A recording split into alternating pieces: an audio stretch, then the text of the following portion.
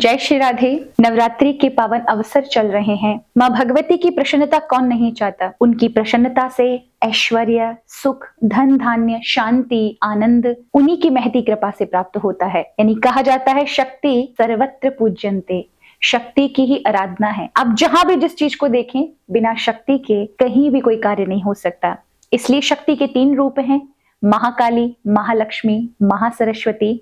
और इन तीनों देवी के लिए 3-3 दिवस हैं जिनको हम नवरात्रि कहते हैं। यानी 9 दिवस तक का जो ये समय है अभी चल भी रहा है। किस प्रकार से भगवती को प्रसन्न करें जिससे हम पर उनकी कृपा की वर्षा हो। वैसे तो सप्तशती के पाठ की मैं शारदीय नवरात्रि में आपको विधि बता चुकी हूँ। अगर आपने नहीं देखा है तो आप जाकर के एक बार उस पर देख सकते किस प्रकार से पाठ करना चाहिए। अष्टमी नवमी वाले दिन अगर आप इन नवरात्रि के इन दिनों में नहीं कर पाए हैं और आप माँ भगवती की प्रसन्नता चाहते हैं तो एक एक मंत्र दिव्य है और माँ की कृपा से परिपूर्ण है। एक ही पाठ आपके जीवन में चमत्कार से कम कार्य नहीं करेगा। तो सप्तशती की विधि एक बार पढ़ लेना। 6 अंगों में किस प्रकार से हमें करना चाहिए, कवच, अर्गला, कीलक, फिर 13 अध्याय और उसके उपरांत 3 रहस्य और अंत में कुंज का, शुद्ध कुंज का स्तोत्र का पाठ करते हुए आरती के साथ सप्तशती का हम विश्राम करते हैं। तो अष्टमी और नवमी वाले दिन यदि आप सप्तशती पाठ करते हैं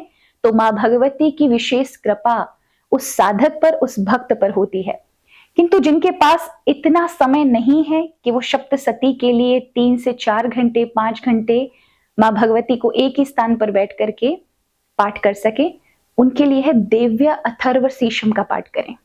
सप्तमी, अष्टमी, नवमी इन 3 दिवस तक अगर आप 11-11 देव्य अथर्व शीर्षम का पाठ करते हैं, देवी अथर्व शीर्षम का, तो ये अथर्व वेद के अंतर्गत शीर्ष स्थान पर रखे गए हैं। अगर देवी अथर्व शीर्षम का पाठ कर लेते हैं तो पंच अथर्व शीर्षम का पाठ का फल मिलता है। ये भी देवी की महिमा का वर्णन करता है। अगर आपके घर में श्रीयंत्र है तो बहुत अच्छी बात है, उसको समक्ष रखकर पंचामृत स्नान कराकर, कुमकुम लगाकर और गुड़ मोहर के पुष्प आता है लाल रंग का जो माँ भगवती को बहुत प्रसन्नता प्रदान करने वाला है। 11 आप गुलमोहर के पुष्प चढ़ाते हुए एक एक पाठ के अंत में चढ़ाएंगे। देवी अथर्व शीर्षम का ही पाठ आपको करना है। 11 सप्तमी के दिन, 11 अष्टमी के दिन और 11 नवमी के दिन। यदि आप इस विधि के साथ पाठ करते हैं, लेकिन भाव की बहुत आवश्यकता है, भाव अवश्य मन में रखिएगा कि साक्षात माँ भगवती आपके समक्ष है।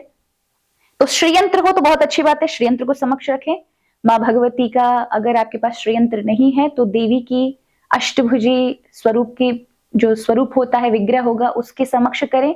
अगर वो भी नहीं है तो मानसिक ध्यान करते हुए माँ दुर्गा को आप मन ही मन देवी अथर्व शीर्षम का पाठ मन में मैया की स्वरूप स्थान रख करके, माँ को मन में धारण करके फिर देवी अथर्व शीर्षम का पाठ करें तो आप पाएंगे कि माँ भगवती के लिए के समक्ष आपने जो भी मन की कामना रखी है, इच्छाएं रखी हैं, वो तुरंत फलीभूत हो जाएंगी। अगर इन नवरात्रि के शुभ अवसर पर आप देवी अथर्व शीर्षम का पाठ करते हैं तो वो किसी चमत्कार से कम नहीं है। ऐसे तो कहा जाता है कि अश्वनी नक्षत्र हो और मंगलवार हो, ऐसे में यदि आप देवी अथर्व शीर्ष का 108 पाठ करते हैं तो एक पुष्पचरण हो जाता है और अथर्व शीर्ष जो है देवी जी का वो सिद्ध हो जाता है। पर किंतु नवरात्रि के इन शुभ अवसर पर यदि आप 108 नहीं भी कर पाते हैं, 11-11 ही करें तो इन 3 दिवस में आप उसका चमत्कृत लाभ प्राप्त करेंगे।